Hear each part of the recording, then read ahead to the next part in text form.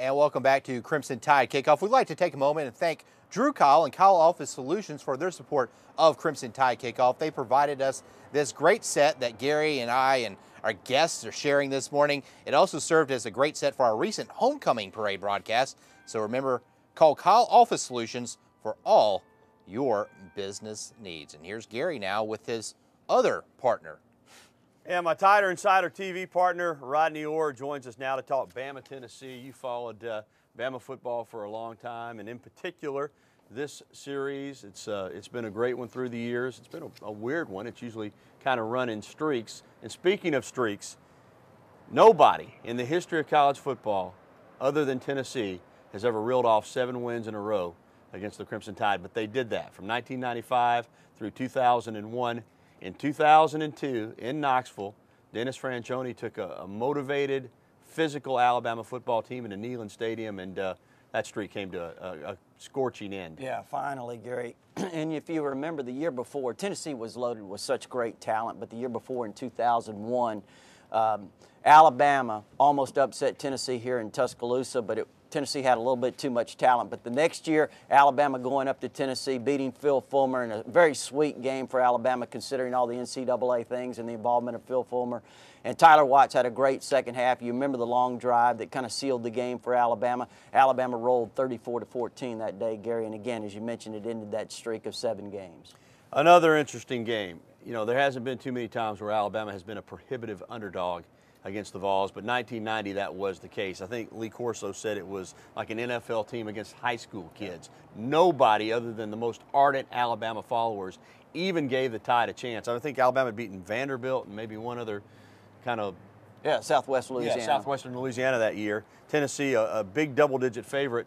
Alabama did not score a touchdown, but that defense rose up and played a well of a game, and Bama won 9-6. Well, and the thing about it, Gary, Tennessee didn't score a touchdown either. If you remember, Tennessee was loaded with talent. Carl Pickens was one of the wide receivers, Anthony Morgan. They were loaded with 2 first-round NFL offensive tackles. Defensively, they were loaded. And again, it was an outstanding Tennessee team, and Alabama went up there, had a great defensive performance. If you remember, of course, nobody's going to forget the block of Stacey Harrison. I think it's one of the greatest plays in Alabama history that set up this game-winning kick with 4 seconds left. Philip Doyle nailed a 47-yarder. And again, you know, maybe one of the greatest wins, not only in this series, Gary, but in Alabama football history, because Alabama was such a massive underdog. You know, last year, a recent memory, Alabama preserved a perfect season by blocking a couple of field goals. Terrence Cody did. But in 1979, another perfect season. A lot of people may not remember an underdog Tennessee team in Birmingham up 17-0, shockingly. And Alabama rose off 27 unanswered. Well, the amazing thing, Gary, was Alabama 17 points. Tennessee scored in the first 17 minutes of the game. And, you know, back in those days, you fall behind 17-0. It was a very difficult chore to overcome a 17-0 lead, even if it was in the first quarter before halftime. But Alabama did a great job, as you remember. Stedman Shealy didn't have too many off days, but that probably wasn't his better start. And, you know, Don Jacobs came off the bench from Scottsboro, Alabama, the quarterback, and had an outstanding day. Alabama rallied to a 27-17 win. Some other great games. Let's run down a few. I mean, I think about was it 65 or 67 when Stabler threw it out of bounds? Yeah, that was on a 4th down play when he was confused on the down situation, Gary. You know, how about 73? Yeah. 1973 was a game that Condredge Holloway for Tennessee. Alabama was undefeated. Went on to share the national championship that year. But everybody talks about the Gary Rutledge to Wayne Wheeler play on the first play of the game, 80-yard touchdown pass that put Alabama up. Alabama had jumped up 21-7. Tennessee tied it. It was a 21-21 ball game in the 4th quarter. And what a lot of people don't remember, an interesting story in that game was Coach Bryant had recruited an outfielder for the football team to field punts because he had sure hands, Robin Carey. He puts Robin Carey back in the 4th quarter just to make sure Carey fields a punt. And Carey breaks it 48 yards for a touchdown, put Alabama up 28-21. And then Wilbur Jackson had a great 80-yard run that put Alabama up further, 35-21. Alabama went on a roll 42-21 that day. The next year, Alabama goes to Knoxville, has all kinds of issues at the quarterback position.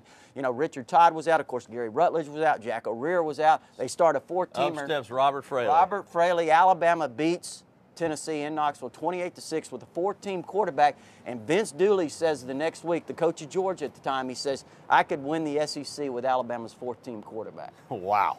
Some great games. 86 was another one. I remember the Tide had lost 4 in a row, and Bobby Humphrey just ran wild in Knoxville. Real quickly, turn into the current situation. I know you already made your predictions on TITV, but how do you see the game going tonight in 30 seconds? Well, again, I think Alabama's clearly the lot better team. You know, at Tennessee's down. There's no question about that, Gary. And I think Alabama's just clearly too much for Tennessee right now. And you just want to see Alabama come out and play solid football. You know, mistake-free, injury-free football and win the game in solid fashion. A resounding win would be nice. Would be, but again, just be solid. Thank you, Rodney. See you again on Tuesday night. All right. Tider Insider TV. Well, up next on Crimson Tide Kickoff, we'll talk with some Tennessee natives who chose to roll with the Tide instead of their home state Volunteers. Crimson Tide Kickoff continues here on WVUA in 2 minutes.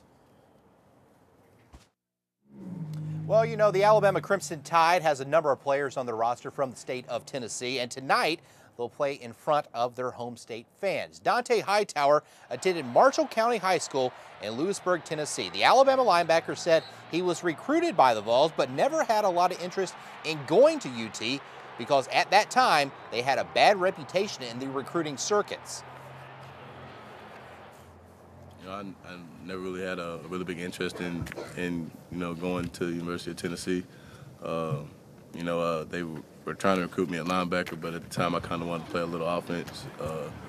You know, they found out I wanted to play offense, but then they told me I could play offense. But you know, Tennessee's kind of known for telling you that you can come here and play this position, but once you get there, you're stuck there, and they'll change your position. And you know, I wasn't really looking forward for that to happen. I think he made the right decision. Absolutely. It's worked out well for him and for Alabama. Yeah. Well, coming up next, he's a banker by day, but this weekend he's playing SEC football prognosticator. We'll introduce you to our guest picker next on the show. And don't forget to keep it tuned right here to WVUA. Later this morning, it's Crimson Cover Television. Join Tuscaloosa News beat writer Chase Goodred, Touchdown Alabama's Mike Parker, and former Alabama All-American John Copeland as they break down today's game at Tennessee and look back at last weekend's win over Ole Miss. It's just one of the great shows of our Saturday morning sports lineup.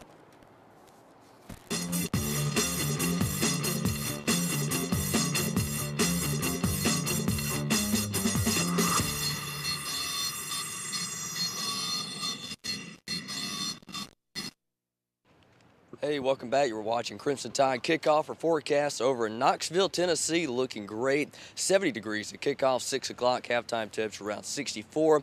Upper 50s to end the game. No rain inside in Knoxville. John and Gary. All right, Richard, thank you very much. And time now for our guest pickers segment.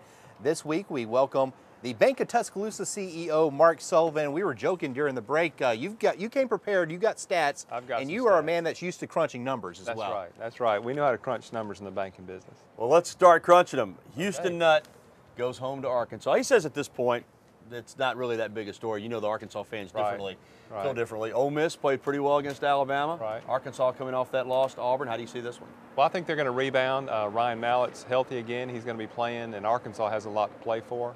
I see Arkansas winning this game. I have on my sheet 41-20, Arkansas over Ole Miss. South Carolina at Vanderbilt, a win for Vanderbilt today. They would be atop the SEC East standings. How do you see this one play out? That's pretty unbelievable. I tell you, South Carolina, after the biggest win in program history against Alabama, had probably the biggest meltdown in program history last week against Kentucky.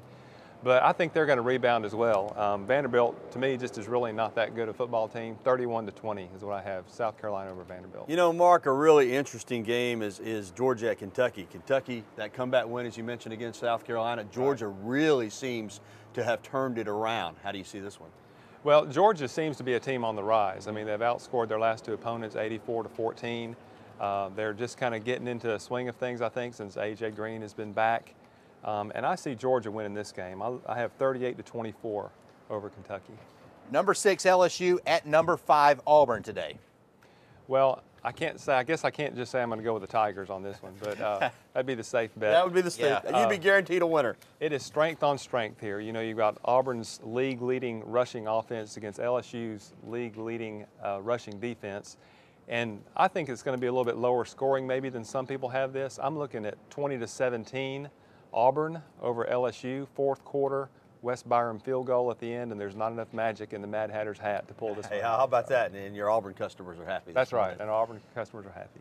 The big one, of course, that's a big one. That's a huge game. But the big one for a lot of people in Tuscaloosa, obviously, Alabama at Tennessee. The Tide under Nick Saban hasn't lost to the Vols, trying to make it 4 in a row. Right. And I think they're going to do it. I think the key to Alabama is to get off to a good start. Tennessee has shown a little bit of a history this year when they get down against Oregon, against Georgia.